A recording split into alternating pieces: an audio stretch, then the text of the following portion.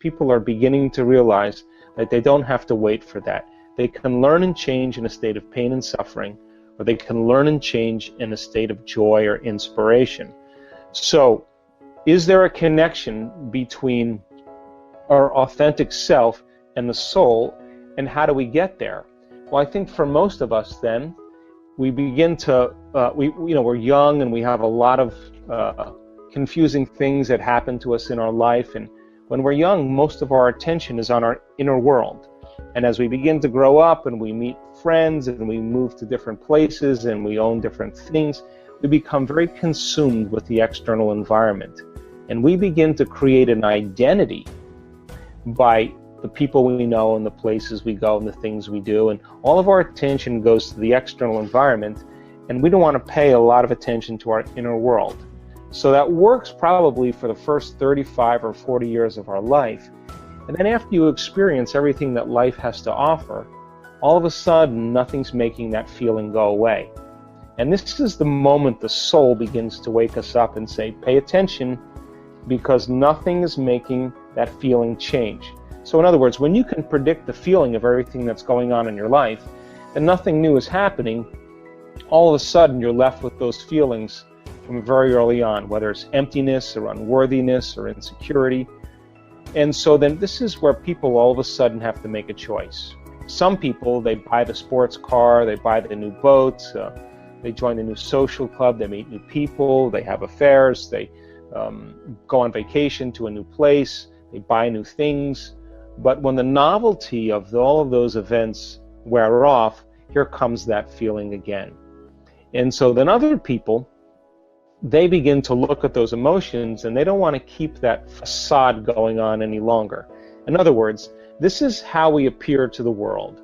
This is the facade, this is the identity, this is the image. And this is how we really feel inside. Now, this person is identifying, creating identity with the external world so that nobody knows how they really feel inside. Now, everybody's doing the same exact thing. So God forbid anybody finds out that we're insecure or feeling empty. So you have to keep this facade going on with your identity in the environment and your body and the way you look and how busy you are, so that you don't have to look at this. Now, some people begin to look at this feeling, and this is the midlife crisis. This is where they say, I don't love you. I don't know why I'm doing this. I don't like those people. I don't want to keep this going any longer anymore. And they begin to pay attention to this feeling. Now, there's not a lot of structure in our Western world to do that. So the moment people begin to lose their mind and they begin to tell the truth about who they are, they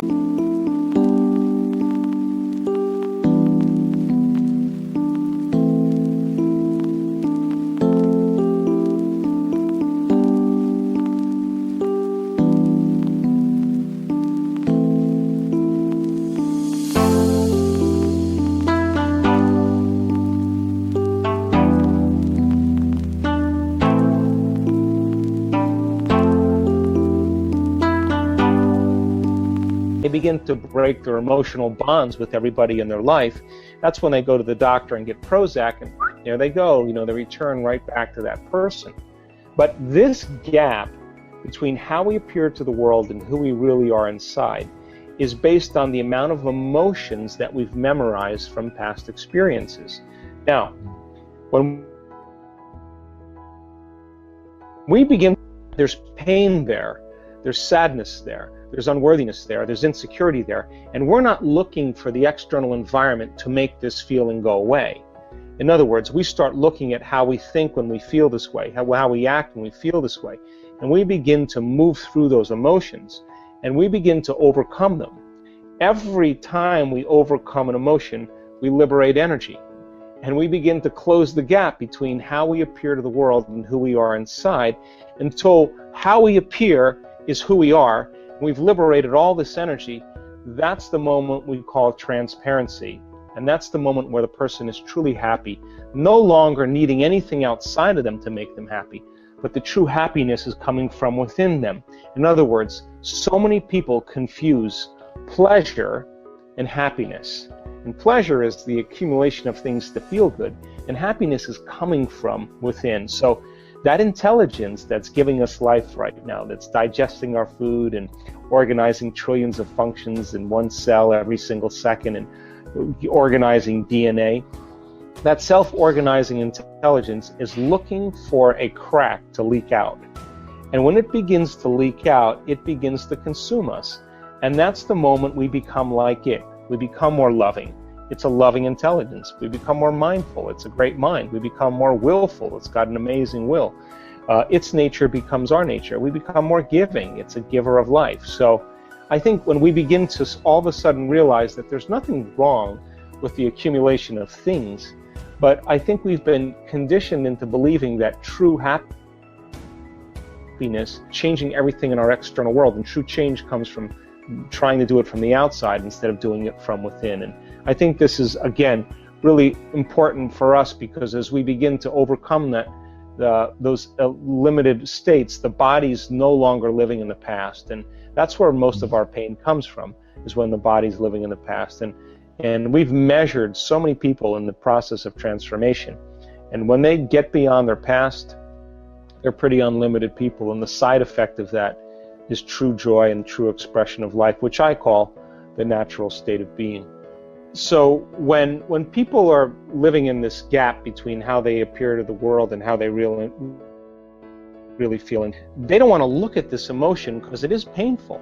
What they'd rather do is distract themselves from all these things in their external environment so they don't have to look.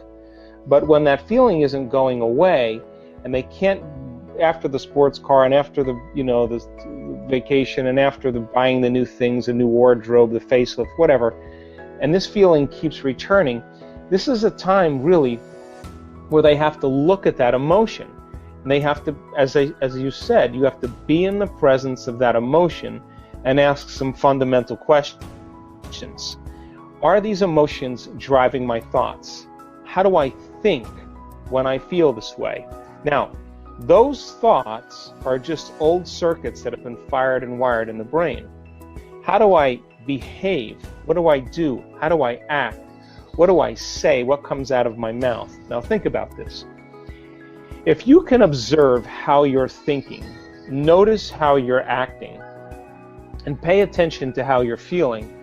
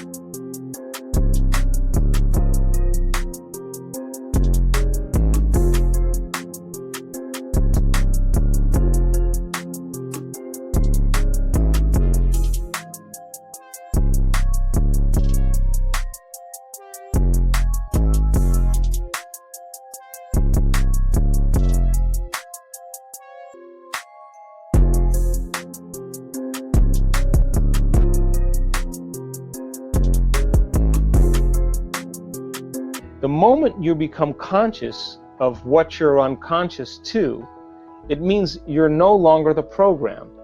Now you're the consciousness observing the program, and this is when we begin to objectify our subjective selves. And the more we can look at ourselves through the eyes of someone else, the more conscious we can become of that, the less unconscious we're prone to be in our normal life. So the word meditation, the symbol of meditation in the Tibetan language, literally means to become familiar with. So if you're becoming familiar with your unconscious thoughts and making them conscious, you're in a process of meditation.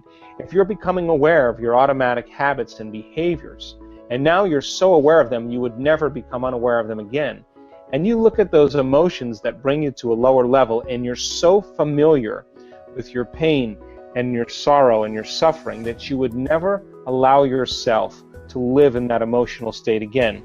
This is the moment you're Gandalf on the bridge and you're saying, you may not pass ever again. Now, when you make a decision with such firm intention that the amplitude of that decision carries a level of energy that's greater than the hardwired programs in your brain and the emotional addiction in your body, and your body begins to respond to a new mind, that's the moment the past no longer exists in your body. That's the moment you come out of your resting state, Yes. and your body is getting a sampling of the future instead of living by the memory of the past. Now, think about this. How can a person in the deep south of the United States move into a state of religious ecstasy and drink strychnine and have no biological effects? How can the mother who has her child caught under the car make the decision to lift that car up and pull the child out? The mother doesn't say, hey, I had carbohydrates today and I haven't worked out in 2 weeks. She doesn't think like that. The decision is final. And the choice carries an amplitude of energy that becomes an experience that she never forgets. And that's the moment she is no longer her biology. She's no longer her body. She's no longer associated with her identity and her environment, and she is transcendent of time. So in order for us to truly change who we are, we have to begin to come out of our resting state and begin to teach the body emotionally what the future is going to feel like. Now, let me just explain this. So most people say they want abundance, but they really don't want abundance. What they really want is freedom. Some people say they want a new relationship, but they really don't want a new relationship. They want to feel and give love. Some people want success because they want to feel empowerment. They want the mystical moment to feel awe. They want a healing to feel wholeness. Now, they'll wait for the experience to happen to feel that emotion. But that's the Newtonian model of reality, of cause and effect, waiting for something outside of us to change how we feel inside of us. And when we feel better inside of us, we pay attention to whoever or whatever caused that, cause and effect. The quantum model of reality is about causing an effect, which means you have to teach your body emotionally what empowerment feels like before your success. You have to be whole before your healing. You have to be in awe before the mystical moment. You have to feel freedom and abundance before your wealth appears. And when we do that, then to the materialist, it would seem really insane or foolhardy because the event hasn't happened. But to the quantum mind, though, the body is getting a sampling of the future before the experience occurs. And if we do this properly and we marry it with a clear intention, the body begins to believe it's in the future instead of in the past. And now we're defined by a vision of the future instead of a memory of the past. And so we teach people how to come out of their resting state. Unfortunately, as I said, most people wait for the crisis to come out of their resting state, and where they say this is enough. But everybody already knows how to do this, because everybody that's on this call has already done something great in their life. And what did they do? They made a decision. They had a vision. They got inspired by that vision. They decided what thoughts would support them to that vision, what behaviors and choices they were going to make. They felt enthusiastic, and they began to get their behaviors to match their intention, and they changed. Now think about it when we set out to do something and we didn't accomplish it. We got lazy, we had a vision, we got emotional, we got too busy, stress got in the way, we had social appointments, and we traded that vision for mediocrity. So we come out of our resting state, and the body has to be energized with a new frequency. And we were capturing in our last workshop probably 40,000 times the amount of energy in people's brains when they did this. Now, 40,000 times the amount of energy, give you an idea. When people's brains are firing in normal, limited consciousness, we're about 10 to 60 microvolts squared of energy. We're talking about 1 million microvolts of energy in a person's brain. I mean, you can charge your iPhone with that. That is how powerful we really are. So then, as we begin to overcome and overcome and overcome those limitations that block the flow of the divine in us, as we begin to remove those layers, we begin to feel connected to something greater. And then the next challenge appears, because there's no schools of ancient wisdom in the Himalayas that you come. So when we begin to get our mind and body right, and we begin to look at what piece of knowledge could we apply to this adversity, to change something about ourselves, to get closer to source, I think that when people really begin to realize that there's no structure out there, yeah, there's structure for drugs, there's structure for alcohol, there's structure for gambling, there's structure for video gaming or overeating or shopping or all of consumerism. You know, you take a pill and it makes that feeling go away immediately. You're going to correlate that internal change with whatever you did to take that, and you're going to develop an attachment or an addiction. And what that does is it begins to broaden the gap. And you could be the wealthiest, the most successful, the most popular person, the most good-looking person in the world, but if you haven't overcome that emotion right there, you haven't evolved in one lifetime.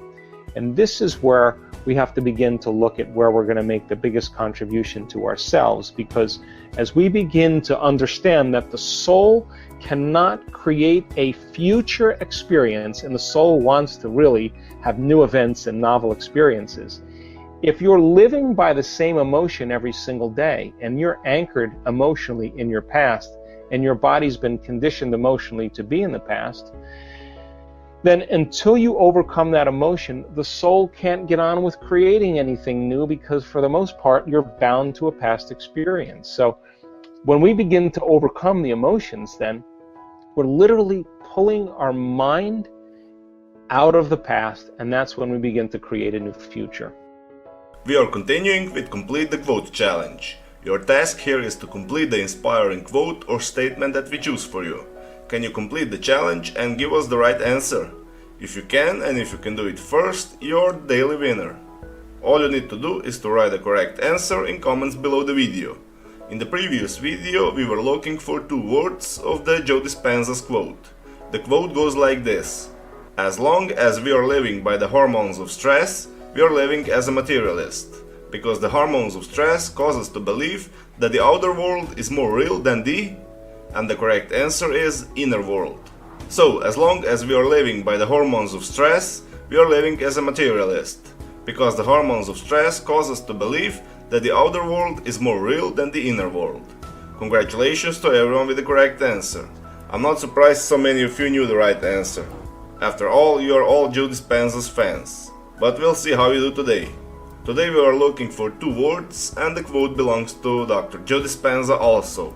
The quote goes like this: master the next moment, and ultimately you'll write your answers in comments below the video. Even if you're not sure, you can try and guess and become a daily winner. Subscribe and hit the bell button so you don't miss my new videos and challenges. Did you like this video? If you did, give your thumbs up and share it with your friends. If you really like what we do here and want to support us, you can join our channel and our community for a symbolic fee and gain many other additional features. You can do that by clicking the join button next to the subscribe button, or you can click on the link in the description of this video. Stay good and have a great day!